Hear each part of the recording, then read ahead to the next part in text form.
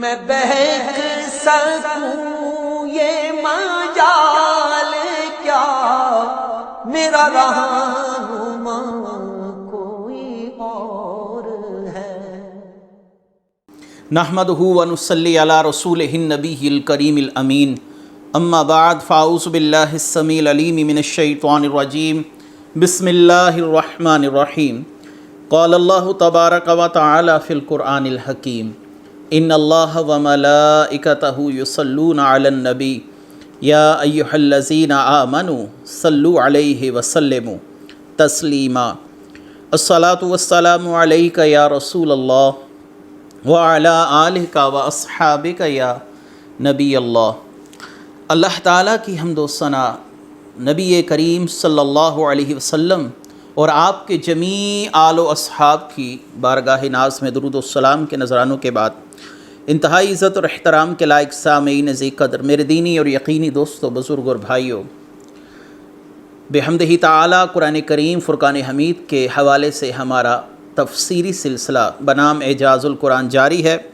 اور آج انشاءاللہ العزیز 12ویں سپارے کے دوسرے رکوع اور اس کے ساتھ ساتھ سورہ ہود کے دوسرے رکوع کی تفسیر آپ کے سامنے پیش کی جائے گی۔ یہ 12ویں سپارے کا بھی دوسرا رکوع ہوگا اور سورہ ہود کا بھی دوسرا ہی رکوع ہوگا، اور آیت مبارکہ کا نمبر شمار ہے 9۔ اللہ تبارک و تعالیٰ قرآن کریم میں ارشاد فرماتے ہیں، وَلَئِنْ أَذَقْنَا الْإِنسَانَ مِنَّا رَحْمَةً ثُمَّ نَزَعْنَاهَا مِنْهُ إِنَّهُ لَيُئْسٌ غَفُورٌ۔ اور اگر ہم انسان کو اپنی کسی رحمت کا مزہ دیں پھر وہ رحمت اس سے چھین لیں تو بے شک وہ بڑا مایوس اور ناشکرا ہو جاتا ہے۔ وَلَئِنْ أَذَقْنَا الْإِنسَانَ مِنَّا رَحْمَةً، ایک قول یہ ہے کہ اس سے مراد مطلق انسان ہے، اس سے مراد کافر بھی ہے، اس سے مراد مسلمان بھی ہے، اور بعض مفسرین نے اس سے مراد کفار کو لیا ہے، اور کفار کو اس لیے لیا کہ اہل ایمان اور اللہ تبارک و تعالیٰ کے محبوب کی شریعت کے پاسداری کرنے والے، یہ دونوں حال میں ہی اللہ تبارک و تعالیٰ سے جڑے رہتے ہیں۔ اگر خوشحالی ملے تو شکر کرتے ہیں، اور اگر کسی طرح کی تنگ دستی کا ان کو معاملہ درپیش ہو تو اس پر صبر کرتے ہیں۔ لہٰذا مفسرین کی رائے یہاں پر اہل ایمان کا استثناء کیا گیا، اور اللہ تبارک و تعالیٰ فرماتے ہیں اگر ہم انسان کو، یعنی پہلی توجیہ تو یہی ہے، اس سے مراد کفار ہیں، کہ اگر ہم انسان کو اپنی کسی رحمت کا مزہ چکھائیں، یعنی اس کو صحت دیں، امن دیں، وسعت دیں، رزق اور دولت عطا کریں، اختیارات عطا کریں، اور پھر اس سے یہ سب کچھ چھین لیا جائے، اسے مبتلا کر دیا جائے کسی پریشانی میں، تو بے شک وہ دوبارہ اس نعمت کے پانے سے مایوس ہو جاتا ہے، اور اس کی امیدیں جو ہیں وہ دم توڑ دیتی ہیں۔ اس سے مراد منافق بھی ہو سکتا ہے، اور اگر میں اس معنی کے اندر وسعت پیدا کروں تو اس سے مراد وہ مسلمان بھی ہو سکتا ہے جو ناشکرا ہو، اور ان تفاسیر کو مد نظر رکھتے ہوئے ان تمام کی تمام تفاسیر کو قابل قبول سمجھا جا سکتا ہے۔ وَلَئِنْ أَذَقْنَاهُ نَعْمَاءَ بَعْدَ ضَرَّاءَ مَسَتْهُ لَيَقُولَنَّ ذَهَبَ السَّيِّئَاتُ عَنِّي إِنَّهُ لَفَرِحٌ فَخُورٌ۔ اور اگر ہم مصیبت کے بعد جو اسے پہنچی اسے نعمت کا مزہ دیں تو ضرور کہے گا کہ برائیاں مجھ سے دور ہو گئیں، بے شک وہ اس وقت بہت خوش ہونے والا، فخر و تکبر کرنے والا ہوتا ہے۔ اگر انسان کو مصیبت کے بعد راحت مل جائے، بیماری کے بعد صحت ملے، تنگی کے بعد آسانی، اور فقر کے بعد مال و دولت کی وسعت اللہ تعالیٰ اسے عطا فرمائے، تو ایسا بندہ کہتا ہے کہ جو مجھے مصیبت پہنچی تھی اب مجھ سے دور ہو گئی، لیکن وہ شکر گزار ہونے کی بجائے ایسی خوشی کا اظہار کرتا ہے جس کے اندر تکبر ہے۔ دیکھیے خوشی دو قسم کی ہے، ایک ہوتی ہے تکبر کے ساتھ، اور ایک خوشی ہے جو شکر کے ساتھ ہے، جو عبادت ہے۔ اللہ نے اسی طرف اشارہ فرمایا، قُلْ بِفَضْلِ اللَّهِ وَبِرَحْمَتِهِ فَبِذَلِكَ فَلْيَفْرَحُوا۔ اللہ کا فضل، اس کی رحمت جب ملے تو اس پر خوشی منانی چاہیے۔ یہاں پر خوشی منانے کی ممانعت نہیں ہے، یہاں پر اس خوشی کی ممانعت ہے جس کے اندر تکبر ہو، اللہ کو بھول جانا ہو، اللہ کے شکر کو فراموش کر دینا ہو۔ دیکھیے یہاں پر جو خوشی کی دو قسمیں بیان کی گئیں، اگر ان دونوں قسموں کو مد نظر رکھا جائے تو قرآن کی تمام آیات کے اندر تطبیق ہو جاتی ہے۔ اہل ایمان بھی اللہ کے فضل پر خوشی کرتے ہیں، لیکن یہ خوشی عبادت والی خوشی، یعنی شکر والی خوشی ہے، اللہ کا شکر ادا کرتے ہیں، اور اہل ایمان سے ہٹ کر منافقین ہو، کفار ہوں، ان کی خوشی تکبر والی ہے، اور وہ ہر چیز کا انتساب اپنی ذات کی طرف کرتے ہیں کہ میں نے محنت کی اس خوشی کے معاملے کے اندر جو مجھے نتیجہ میسر آیا وہ میری اپنی محنت کا نتیجہ ہے۔ لیکن اہل ایمان کہتے ہیں ہمیں جو کچھ ملا وہ ہمارے رب کا کرم ہے، اگرچہ ہم نے کسب کیا لیکن اس کسب کے بعد جو نتائج پیدا کیے وہ رب کریم نے پیدا کیے، یہ تمام کا تمام اللہ تعالیٰ کا فضل ہے۔ تو لہٰذا خوشی کی ممانعت نہیں، ایسی خوشی کی ممانعت ہے جس میں تکبر ہو، اللہ کی نافرمانی ہو۔ إِلَّا الَّذِينَ صَبَرُوا وَعَمِلُوا الصَّالِحَاتِ أُولَٰئِكَ لَهُم مَغْفِرَةٌ وَأَجْرٌ كَبِيرٌ، مگر جنہوں نے صبر کیا اور اچھے کام کیے، وہ لوگ جنہوں نے صبر کیا اچھے کام کیے تو ان کی طرح نہیں، کیونکہ انہیں جب کوئی مصیبت پہنچے تو انہوں نے صبر سے کام کیا، اور جب کوئی نعمت پہنچی تو اللہ کا شکر ادا کیا۔ جو ایسے اوصاف کے حامل ہیں اللہ تبارک و تعالیٰ فرماتے ہیں اولئک لہم مغفرۃ واجر کبیر، اللہ کے لیے ان کی طرف سے ان کے لیے گناہوں کی بخشش کا مجدہ ہے، اعلان ہے، خوشخبری ہے۔ رسول اللہ صلی اللہ علیہ وآلہ وسلم کی ایک حدیث مبارکہ جس کو امام مسلم نے کتاب الزہد کے اندر روایت کیا کہ صہیب رومی فرماتے ہیں کہ رسول اللہ صلی اللہ علیہ وسلم نے فرمایا کہ مومن کا معاملہ بڑا ہی تعجب والا معاملہ ہے، اس کا سارا معاملہ بھلائی پر مشتمل ہے۔ یہ صرف اسی مومن کے لیے جسے خوشحالی حاصل ہو تو شکر کرے کیونکہ اس کے حق میں یہی بہتر ہے، اور اگر تنگ دستی پہنچے تو صبر کرتا ہے، یہ بھی اس کے حق میں بہتر ہے۔ دیکھیے کہ جب کسی شخص کو کوئی نعمت ملے اور اس نعمت پر وہ اللہ کا شکر ادا کرتا ہے تو اللہ تبارک و تعالی اس نعمت کے اندر اضافہ فرما دیتا ہے۔ اللہ کا وعدہ ہے سورہ ابراہیم آیت نمبر 7 کے اندر لَإِن شَكَرْتُمْ لَعَزِيدَنَّكُمْ وَلَإِن كَفَرْتُمْ إِنَّ عَذَابِي لَشَدِيدٌ، کہ اے میرے بندے اگر تم میرا شکر ادا کرو گے تو میں اور عطا کروں گا۔ بلکہ ایک مقام پر شاکرین کے لیے اللہ تعالیٰ نے ان کے گناہوں پر مرتب ہونے والے نقصانات یا عذاب کو بھی معاف فرما دیا۔ اللہ نے فرمایا ما یفعل اللہ بعذابکم، اللہ تمہیں عذاب دے کر کیا کرے گا، ان شکرتم وآمنتم، اگر تم شکر گزار اور ایمان والے بن جاؤ اللہ تمہیں عذاب دے کر کیا کرے گا، اللہ تعالیٰ تمہارے عذاب کو ٹال دے گا اگر تم ایمان والے ہو اور شکر ادا کرنے والے ہو۔ آگے فرمایا فَلَعَلَّكَ تَارِكٌ بَعْدَ مَا يُوحَىٰ إِلَيْكَ وَضَاعِكٌ بِهِ صَدْرُكَ أَن يَقُولُوا لَوْلَا أُنزِلَ عَلَيْهِ كَنْزٌ أَوْ جَاءَ مَعَهُ مَلَكٌ إِنَّمَا أَنْتَ نَذِيرٌ وَاللَّهُ عَلَىٰ كُلِّ شَيْءٍ وَكِيلٌ، تو کیا تمہاری طرف جو وحی بھیجی جاتی ہے تم اس میں سے کچھ چھوڑ دو گے؟ اس پر تمہارا دل اس وجہ سے تنگ ہو جائے گا کہ وہ کہتے ہیں ان پر خزانہ کیوں نہیں اترتا یا ان کے ساتھ کوئی فرشتہ کیوں نہیں آتا، تم تو ڈر سنانے والے ہو اور اللہ ہر چیز پر نگہبان ہے۔ امام فخر الدین رازی نے اس آیت کی تفسیر میں بڑا ہی اہم نقطہ جو ہے وہ اٹھایا ہے اور بڑی اہم گفتگو فرمائی ہے جس کا میں خلاصہ کرتا ہوں باوجہ قلت وقت، کہ تمام مسلمانوں کا اجماع ہے کہ رسول اللہ صلی اللہ علیہ وسلم وحی میں سے کوئی چیز نہیں چھپا سکتے، یعنی وہ وحی جس کا تعلق انسان کے ساتھ، انسان کی فلاح و بہبود کے ساتھ ہے، آپ صلی اللہ علیہ وسلم نے اس میں سے کسی قسم کی بھی وحی کو نہیں چھپایا، نہ کسی قسم کی خیانت کے مرتکب ہوئے۔ اور اگر یہ بات مان لی جائے کہ رسول اللہ صلی اللہ علیہ وسلم نے پیغام پہنچانے میں کسی قسم کی نعوذ باللہ کوتاہی برتی تو اللہ تبارک و تعالیٰ کے تمام احکام جو ہیں یہ مشکوک ہو کے رہ جائیں گے، پوری شریعت محمدیہ پر سوالات اٹھیں گے کہ رسول اللہ صلی اللہ علیہ وسلم نے کون سا پیغام پہنچایا، کون سا نہیں پہنچایا۔ اب یہاں پر دو معاملات ہیں۔ کفار نے کہا، کفار سے مراد یہاں پر عبداللہ بن امیہ مخزومی ہے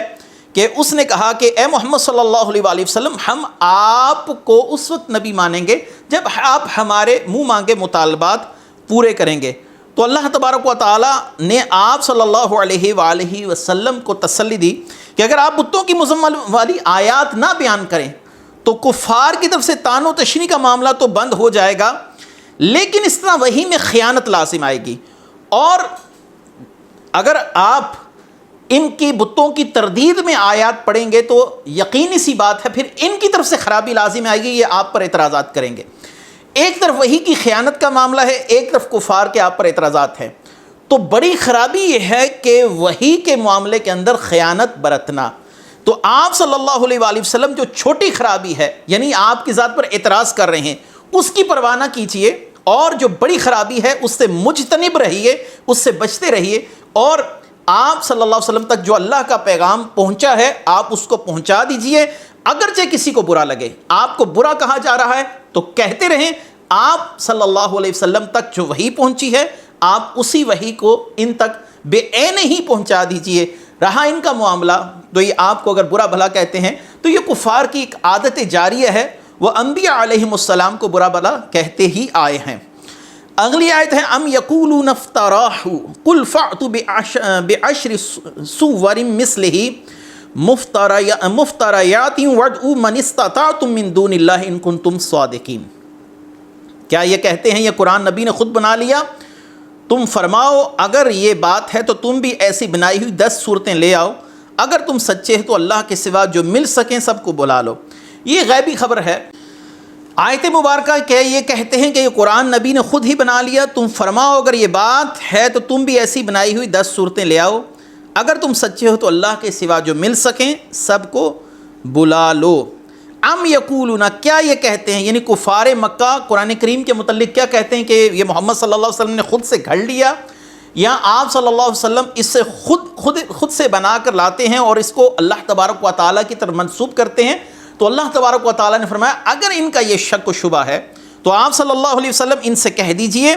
قُلْ لَئِنِ اجْتَمَعَتِ الْإِنسُ وَالْجِنُّ عَلَىٰ أَن يَأْتُوا بِمِثْلِ هَٰذَا الْقُرْآنِ لَا يَأْتُونَ بِمِثْلِهِ وَلَوْ كَانَ بَعْضُهُمْ لِبَعْضٍ ظَهِيرًا۔ سورہ بنی اسرائیل آیت نمبر 88 کہ تم فرما دو اگر آدمی اور جن سب اس بات پر متفق ہو جائیں کہ اس قرآن کی مانند لے آئیں تو اس کی مثل لانا ممکن نہیں، اگرچہ یہ ایک دوسرے کے مددگار بن جائیں۔ اللہ تبارک و تعالیٰ نے مزید اپنے اس دعوے کے اندر وسعت پیدا کی، پہلے فرمایا کہ 10 آیتوں جیسی آیتیں لے آؤ، اب اللہ تبارک و تعالیٰ نے مزید فرمایا وَإِن كُنتُمْ فِي رَيْبٍ مِّمَّا نَزَّلْنَا عَلَىٰ عَبْدِنَا فَأْتُوا بِسُورَةٍ مِّن مِّثْلِهِ وَادْعُوا شُهَدَاءَكُم مِّن دُونِ اللَّهِ إِن كُنتُمْ صَادِقِينَ۔ سورہ البقرہ آیت نمبر 23۔ اگر تمہیں اس کتاب کے بارے میں کوئی شک ہو جو ہم نے اپنے خاص بندے یعنی محمد مصطفیٰ صلی اللہ علیہ وسلم پر اتاری تو تم اس قرآن کی ایک سورت جیسی سورت بنا لاؤ، اللہ کے علاوہ اپنے تمام مددگاروں کو بلا لو اگر تم سچے ہو۔ اسی طرح کا مضمون آپ کو سورہ یونس آیت نمبر 38 میں بھی نظر آئے گا، اور اسی طرح کا مضمون آپ کو سورہ طور آیت نمبر 33 اور 34 میں بھی نظر آئے گا کہ قرآن کریم دعویٰ کر رہا ہے، اور یاد رکھیے یہ اس قوم سے خطاب کیا جا رہا ہے جس کو اپنی فصاحت و بلاغت پر بہت ہی زیادہ ناز ہے، لیکن قرآن کریم بار بار انہیں کہہ رہا ہے اگر تمہیں قرآن کے کلام الہی ہونے میں شبہ ہو تو قرآن کی ایک آیت جیسی آیت بنا کر لے آؤ۔ جب مسلمہ کذاب نے دعوی نبوت کیا تو لوگوں نے کہا کہ تم پر بھی وحی آنی چاہیے، تم پر کیا اللہ کی طرف سے وحی نہیں آتی؟ تو مسلمہ بن کذاب نے چند آیات کے نام پر وحی کا ایک کھیل کھیلا۔ اس نے کہا کہ مجھ پر بھی وحی آئی اور اللہ تبارک و تعالیٰ نے مجھے یہ کہا ہے۔ اس نے جب وہ چیزیں پڑھی تو لوگوں نے ہنس کر کہا یہ کلام الہی ہو ہی نہیں سکتا، اس کا اعجاز اور اس کا تسلسل، اس کا ربط وہ نہیں ہے جو قرآن کریم کا ہے، اس کو سنتے ساتھ ہی دل گواہی دیتا ہے یہ کسی انسان کا بنایا ہوا کلام ہے، لیکن جب کوئی قرآن پڑھتا ہے تو دل گواہی دیتا ہے یہ اللہ کا کلام ہے۔ اور جب ایک غیر مسلم نے ایک بچے کو قرآن پڑھتے ہوئے سنا اور بچے سے جب قرآن سنا تو کہنے لگا میں اس بات کی گواہی دیتا ہوں کہ یہ انسان کا کلام نہیں، یہ رب کریم کا کلام ہے۔ اگلی آیت ہے فَإِن لَّمْ يَسْتَجِيبُوا لَكُمْ فَاعْلَمُوا أَنَّمَا أُنزِلَ بِعِلْمِ اللَّهِ وَأَن لَّا إِلَٰهَ إِلَّا هُوَ فَهَلْ أَنتُم مُّسْلِمُونَ۔ تو اگر وہ تمہاری اس بات کا جواب نہ دے سکیں تو سمجھ لو وہ اللہ کے علم سے ہی اتارا گیا،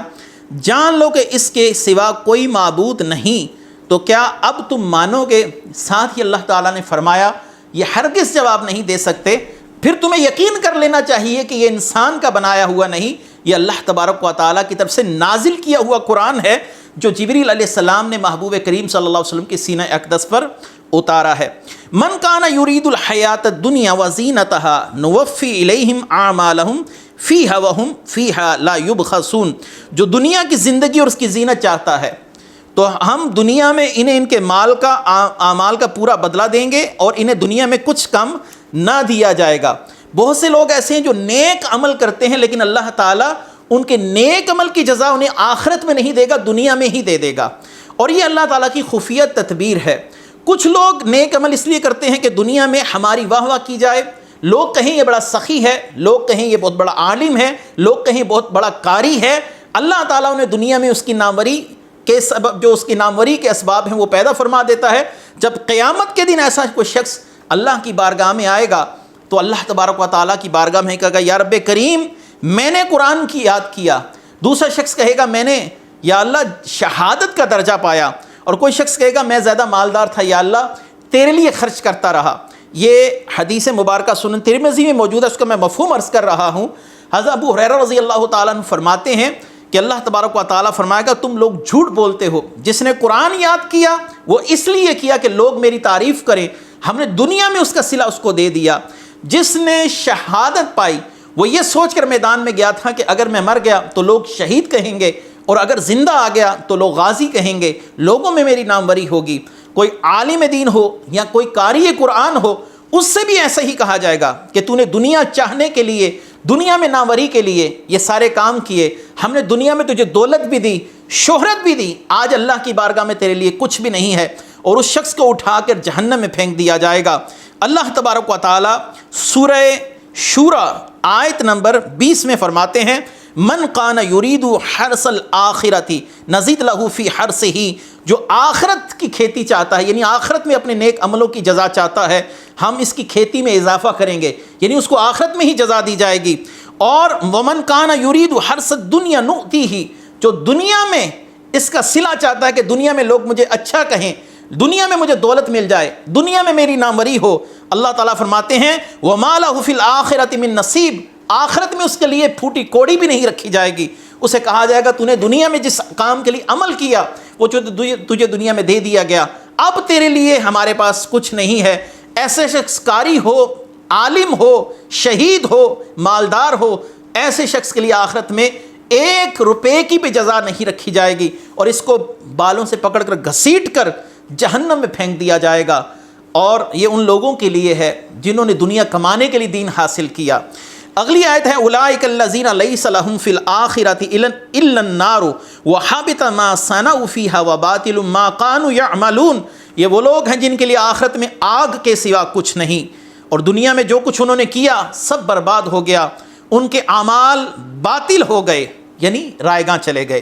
یہ آیت مشرقین کے بارے میں ہے کہ اگر مشرقین نیک عمل کریں، کسی کے ذہن میں خیال آ سکتا ہے کوئی ہندو بھی نیک عمل کرتا ہے، کوئی عیسائی غریبوں کو کھانا کھلا دیتا ہے، کوئی غیر مسلم نیک عمل کرتا ہے، تو اللہ تعالیٰ نے فرمایا کہ جو نیک عمل یہ کر رہے ہیں اس کی جزا ہم ان کو دنیا میں ہی دے رہے ہیں، کفار کے لیے بھی آخرت میں کچھ نہیں ہے، ان کے تمام اعمال رائیگاں گئے، ان کو دنیا میں ہی دے دیا گیا۔ ایک تفسیر یہ ہے کہ اس سے مراد منافقین ہے کہ جو مسلمانوں کے ساتھ رہے تاکہ ہمیں مال غنیمت میں سے حصہ ملتا رہے، وہ ان کو مل گیا، دنیا کا فائدہ انہوں نے حاصل کر لیا، لیکن آخرت میں اب ان کے لیے ثواب والا معاملہ نہیں ہے۔ اگلی آیت مبارکہ افمن کان علی بینۃ من ربہ ویتلوہ شاہد منہ ومن قبلہ کتاب موسیٰ اماما ورحمۃ اولئک یؤمنون بہ ومن یکفر بہ من الاحزاب فالنار موعدہ فلا تک فی مریۃ منہ انہ الحق من ربک ولکن اکثر الناس لا یؤمنون۔ تو کیا وہ جو اپنے رب کی طرف سے روشن دلیل پر ہو، اللہ کی طرف سے اس پر ایک گواہ آئے، اور اس سے پہلے موسیٰ کی کتاب جو پیشوا اور رحمت ہے، وہ لوگ اس پر ایمان لاتے ہیں، اور تمام گروہوں میں سے جو اس کا انکار کرے تو آگ کا اس سے وعدہ ہے۔ تو سننے والے تجھے اس کے بارے میں شک نہ ہو، بے شک یہ تیرے رب کی طرف سے حق ہے، لیکن اکثر لوگ ایمان نہیں لاتے، زیادہ لوگ ایمان نہیں لاتے۔ افمن کان علی بینۃ من ربہ، تو کیا جو اپنے رب کی طرف سے روشن دلیل پر ہو۔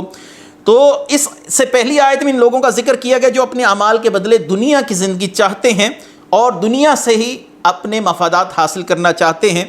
اب اس آیت میں ان لوگوں کا ذکر ہے جو اپنے اعمال کے بدلے اللہ کی رضا چاہتے ہیں، اللہ کی خوشنودی چاہتے ہیں۔ بعض مفسرین کے نزدیک روشن دلیل سے وہ دلیل عقلی مراد ہے جو اسلام کی حقانیت پر دلالت کرے، اور اس شخص سے جو اپنے رب کی طرف سے روشن دلیل پر ہو وہ یہودی مراد ہے جو اسلام سے مشرف ہوئے، جیسا کہ عبداللہ بن سلام کہتے ہیں کہ جب میں نے رسول اللہ صلی اللہ علیہ وسلم کے آنے کی خبر سنی کہ رسول اللہ مدینے میں تشریف لے آئے ہیں، تو میں نے اپنے والد کے مرتے ہوئے وقت ایک وصیت جو سنی تھی، میرے والد نے مجھے مرنے سے پہلے کہا کہ میں نے ساری زندگی تجھ سے رسول اللہ صلی اللہ علیہ وسلم کا تذکرہ چھپایا ہے، لیکن آج تجھے بتا دیتا ہوں کہ محمد عربی صلی اللہ علیہ وسلم ان نشانیوں کے ساتھ مبعوث ہوں گے۔ پھر جب رسول اللہ صلی اللہ علیہ وسلم مدینے میں آئے، میں نے وہ تمام نشانیاں رسول اللہ کی ذات میں پائیں، تو میں رسول اللہ پر ایمان لے آیا۔ تو اس سے مراد عبداللہ بن سلام بھی ہو سکتے ہیں۔ بہرحال اللہ تبارک و تعالیٰ فرماتے ہیں کہ تو کیا جو اپنے رب کی طرف سے روشن دلیل پر ہو اور اللہ کی طرف سے اس پر ایک گواہ بھی آئے اور اس سے پہلے موسیٰ کی کتاب ہو جو پیشوا اور رحمت ہے، یعنی عبداللہ بن سلام اور ان جیسے یہودی جو بعد میں مسلمان ہو گئے، وہ لوگ اس پر ایمان لاتے اور تمام گروہوں میں سے جو اس کا انکار کرے تو اس سے آگ کا وعدہ ہے۔ رسول اللہ صلی اللہ علیہ وسلم کی ایک حدیث اس کی بڑی زبردست تشریح کر رہی ہے۔ آپ صلی اللہ علیہ وسلم نے فرمایا، اس ذات کی قسم جس کے قبضہ قدرت میں میری جان ہے، اس امت میں جو کوئی بھی ہے، یہودی ہو یا نصرانی ہو، عیسائی ہو یا یہودی ہو، جس کو میری خبر پہنچے کہ میں محمد صلی اللہ علیہ وسلم دنیا میں مبعوث کیا گیا اور وہ میرے دین پر ایمان لائے بغیر مر جائے تو وہ ضرور جہنمی ہے۔ یعنی جس یہودی کو میری خبر ملے کہ میں آ گیا، جس عیسائی کو میری خبر ملی کہ میں آ گیا، لیکن انہوں نے اپنے نبیوں کی شریعت کو نہ چھوڑا اور مجھ سے نہ ملے یا میری شریعت پر ایمان نہ لائے، تو ایسے لوگ ضرور جہنمی ہیں۔ بلکہ رسول اللہ صلی اللہ علیہ وسلم کی ایک حدیث بھی ہے کہ اگر موسیٰ بھی ہوتے تو موسیٰ بھی میری پیروی کرتے، اپنی شریعت کو چھوڑ دیتے۔ جو اللہ نے میثاق والی آیت کے اندر عہد لیا تھا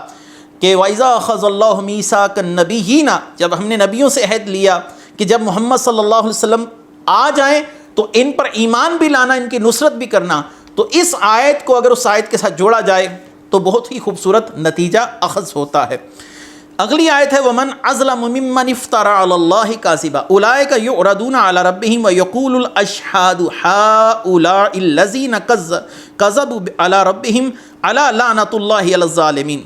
اور اس سے بڑھ کر ظالم کون، جو اللہ کا نام لے کر جھوٹ بولے یا اللہ پر جھوٹ باندھے۔ یہ لوگ اپنے رب کے حضور پیش کیے جائیں گے اور گواہی دینے والے کہیں گے یہی وہ لوگ ہیں جنہوں نے اپنے رب پر جھوٹ بولا، خبردار ظالموں پر اللہ کی لعنت ہے۔ یاد رکھیے اس آیت اور اس کے بعد والی 4 آیات میں اللہ تعالیٰ نے کفار مکہ کی مذمت میں تقریباً 14 باتیں ارشاد فرمائی ہیں،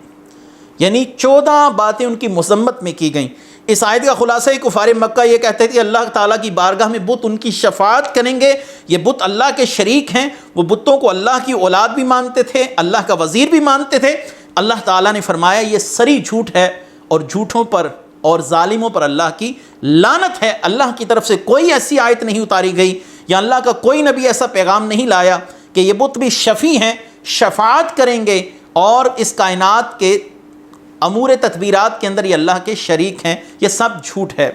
الذین یصدون عن سبیل اللہ ویبغونها عوجا وہم بالآخرۃ ہم کافرون، وہ جو اللہ کی راہ سے روکتے ہیں، اس میں ٹیڑھا پن تلاش کرتے ہیں، وہی لوگ آخرت کا انکار کرنے والے ہیں۔ یعنی ان ظالموں کا طریقہ یہ ہے کہ وہ اللہ کے راستے سے روکتے اور حق کی پیروی کرنے میں رکاوٹ بنتے ہیں، اسلام کے خلاف شک و شبہات پیدا کرتے ہیں۔ اس سے مراد کفار و مشرکین بھی ہیں جو اہل ایمان کے دلوں میں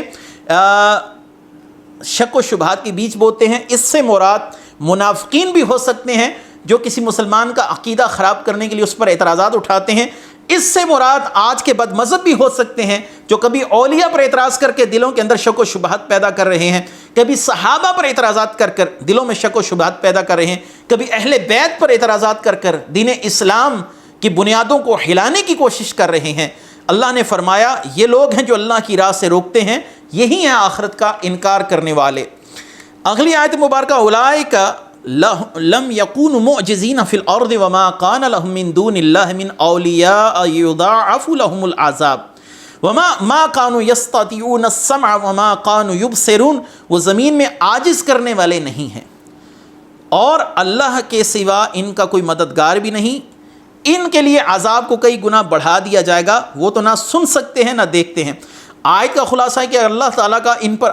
اگر اللہ ان پر عذاب کرنا چاہے تو زمین میں اللہ کو عاجز نہیں کر سکتے، کیونکہ وہ اس کے قبضے میں ہے، اس کی ملک میں ہے، اس سے بھاگ نہیں سکتے۔ بلکہ سورہ رحمان میں فرمایا گا یا معشر الجن والانس ان استطعتم ان تنفذوا من اقطار السماوات والارض فانفذوا لا تنفذون الا بسلطان، زمین و آسمان کے کناروں سے نکل کر بھاگو جن و انس، تم نہیں بھاگ سکتے، جہاں جاؤ گے اللہ کی بادشاہت ہی کو پاؤ گے۔ تو ما کانوا یستطیعون السمع، وہ تو نہ سن سکتے ہیں، اس سے مراد ایسا سننا جو انسان کو نفع پہنچائے، یعنی ان کو رسول کریم صلی اللہ علیہ وسلم کی دعوت سے کوئی نفع نہیں پہنچتا۔ اولئک الذین خسروا انفسهم وضل عنهم ما كانوا یفترون، یہی وہ لوگ ہیں جنہوں نے اپنی جانوں کو خسارے میں ڈال دیا اور ان سے ان کے بہتان گم ہو گئے۔ کفار مکہ نے اللہ کی عبادت کے بدلے بتوں کی عبادت کو اختیار کیا، یہ سب سے بڑا خسارہ ہے کہ دین کو دنیا کے بدلے بیچ کر خسارے میں پڑ گئے، کیونکہ انہوں نے عزت والی چیز دے کر ذلت والی چیز کو اپنا لیا۔ لا جرم انہم فی الآخرۃ هم الاخسرون، یہ لوگ لازمی طور پر آخرت میں سب سے زیادہ نقصان اٹھانے والے ہیں، سب سے زیادہ نقصان اٹھانے والے، یعنی اپنی دنیا کو انہوں نے گویا کہ رائیگاں قرار دیا، اپنی دنیا کی ساری محنتیں ضائع کر دیں۔ آگے فرمائے ان الذین آمنوا وعملوا الصالحات واخبتوا الی ربہم اولئک اصحاب الجنہ ھم فیہا خالدون، بے شک جو ایمان لائے، انہوں نے اچھے عمل کیے اور انہوں نے اپنے رب کی طرف رجوع کیا تو یہی لوگ جنتی ہیں اور وہ اس میں ہمیشہ رہیں گے۔ یہاں پر تین چیزیں بیان کی گئی، ایمان لائے، اللہ کی عبادت کرتے رہے، اور عبادت کی ادائیگی کے وقت ان کے دل اللہ کے ذکر سے مطمئن ہوئے، اس وقت اللہ کے سوا کسی اور کی طرف متوجہ نہیں ہوئے۔ وَأَخْبَتُوا إِلَىٰ رَبِّهِمْ کا معنی ہے کہ اللہ نے ثواب و عذاب کا جو وعدہ فرمایا اس کی سچائی پر ان کے دل مطمئن تھے، اللہ رسول کی بات پر ان کا دل اطمینان پا گیا۔ دوسری تفسیر یہ ہے کہ بے شک وہ لوگ جو ایمان لائے اور اچھے عمل کیے اس بات سے ڈرتے رہے کہیں ان کے اعمال میں کوئی عمل نقص یا کمی نہ رہ جائے۔ جن لوگوں میں یہ تین اوصاف ہو گئے تو وہ جنتی ہیں۔ ایمان لائے، اللہ نے پہلے کیا فرمایا؟ ایمان لائے، پھر عمل صالح کیے، وَأَخْبَتُوا إِلَىٰ رَبِّهِمْ، اور ان کے دل اللہ کی طرف جھکے رہے۔ آخری آیت مبارکہ مَثَلُ الْفَرِيقَيْنِ كَالْأَعْمَى وَالْأَصَمِّ وَالْبَصِيرِ وَالسَّمِعِ هَلْ يَسْتَوِيَانِ مَثَلًا أَفَلَا تَذَكَّرُونَ، دونوں فریقوں کا حال ایسا ہے جیسے ایک اندھا اور بہرا ہو، دوسرا دیکھنے اور سننے والا ہو، کیا ان دونوں کی حالت برابر ہے؟ تو کیا تم نصیحت نہیں مانتے؟ اس سے پہلے اللہ نے کافر و مومن دو گروہوں کا ذکر فرمایا، اب ان دونوں کے درمیان تقابل کیا گیا۔ کافر کی مثال ایسی ہے جیسے اندھا اور بہرا ہو، یعنی نہ اس کو حق نظر آ رہا ہے نہ وہ حق سن رہا ہے، اور مومن کی مثال ایسی کہ جب کوئی نصیحت سنے تو اس کو مان لے اور اس کا دل اللہ کی بارگاہ میں رجوع کرنے والا ہو جائے۔ مومن سنتا بھی ہے، سمجھتا بھی ہے، عمل بھی کرتا ہے، اور کافر کا دل سخت ہو جاتا ہے، چاہے اللہ کا رسول ہی اس کو دعوت فکر دے رہا ہو، قرآن کی آیات اس کے دل پر اثر نہیں کر رہی ہوتی۔ تو اللہ نے فرمایا جیسے کہ دن اور رات آپس میں برابر نہیں، زندہ اور مردہ آپس میں برابر نہیں، ایسی اندھا اور بہرا اور دیکھنے اور سننے والا برابر نہیں، یعنی اہل ایمان اور کفار دونوں میں کوئی تقابل نہیں ہو سکتا۔ اللہ تبارک و تعالیٰ قرآن کا فہم نصیب فرمائے، اور اللہ تبارک و تعالیٰ ہمارے دلوں کو اپنے محبوب کریم کی محبت کا نور نصیب فرمائے۔ وآخر دعوانا ان الحمد للہ رب العالمین۔ میں بہک سکوں یہ مجال کیا، میرا رہا